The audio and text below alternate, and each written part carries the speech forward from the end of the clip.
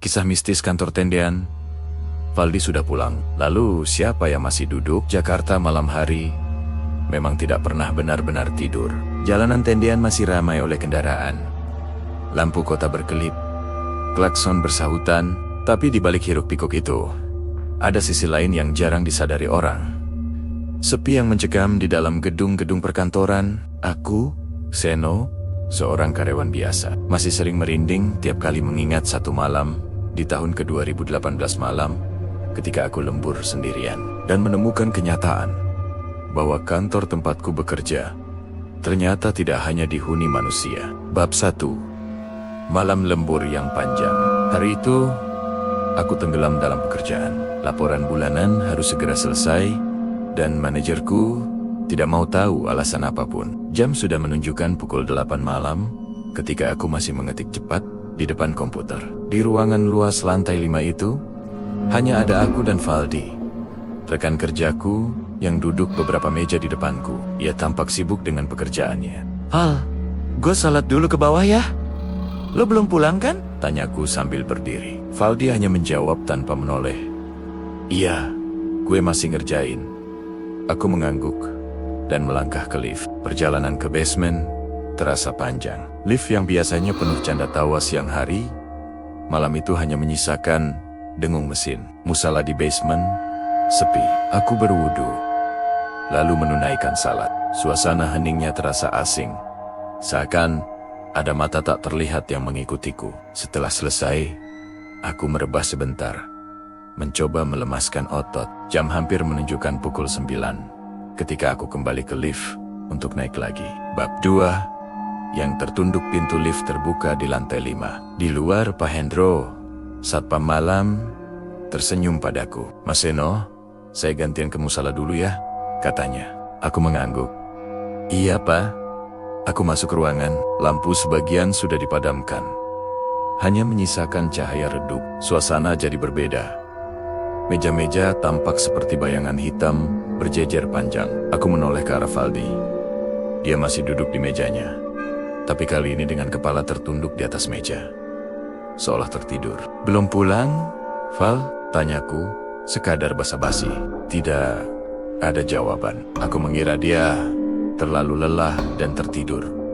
Aku memilih tidak mengganggu. Aku kembali ke meja, duduk di dekat ruang meeting berdinding kaca. Ruangan itu gelap dan pintunya terbuka, sehingga dari posisiku aku bisa melihat ke dalam. Gelapnya seperti lubang hitam membuat bulu kuduku berdiri. Aku berusaha menenangkan diri dengan bekerja. Bab 3. Pesan yang menggunjang. Sekitar pukul 10, aku akhirnya selesai. Saat itu, ruangan benar-benar sepi. Aku meregangkan badan sambil melirik Valdi yang masih menunduk di mejanya. "Val, balik yuk." "Udah beres nih," panggilku. Tidak ada reaksi. Ia tetap menunduk. Aku menghela napas. Mungkin dia ketiduran nyenyak. Aku pun mulai membereskan meja. Tiba-tiba, ponselku bergetar. Sebuah pesan WhatsApp masuk dari Valdi. "Bro, lo masih di kantor kan? Komputer gue udah mati belum? GW tadi buru-buru pulang, lupa matiin komputer." Aku terpaku. Jemariku gemetar ketika membalas. "Lah, lo balik kapan? GW lihat lo masih di meja." Balasan datang cepat. "GW pulang pas lo turun salat tadi. Bini JW nelpon suruh cepet pulang." "Emang kenapa, bro?" Mataku refleks menoleh ke arah mejanya. Sosok itu masih ada, duduk dengan kepala menunduk.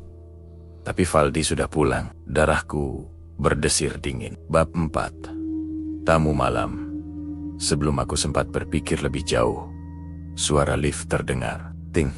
Aku menoleh penuh harap. Berharap Pak Hendro muncul. Tapi bukan. Yang keluar adalah 3 sosok asing.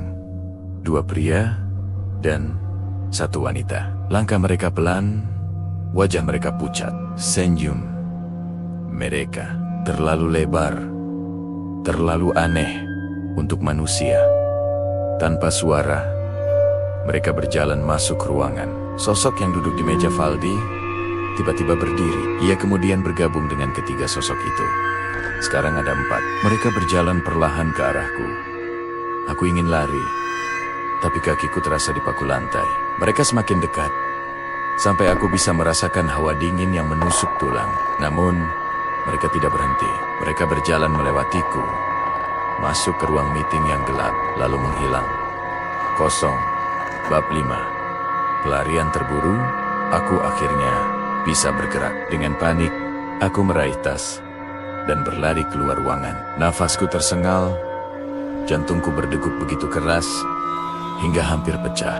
Lift terasa lambat sekali. Setiap detik menegangkan, seakan pintunya akan terbuka dan menampakkan mereka lagi. Ketika sampai di basement, aku langsung menuju pos security. Pak Hendro menatapku heran. Loh, Mas Seno? Kok pucat gitu? Ada apa? Dengan suara gemetar, aku bertanya. Pak, Valdi, dia balik jam berapa? Ya, tadi pas Mas Seno turun salat, saya lihat dia buru-buru keluar. Memang kenapa?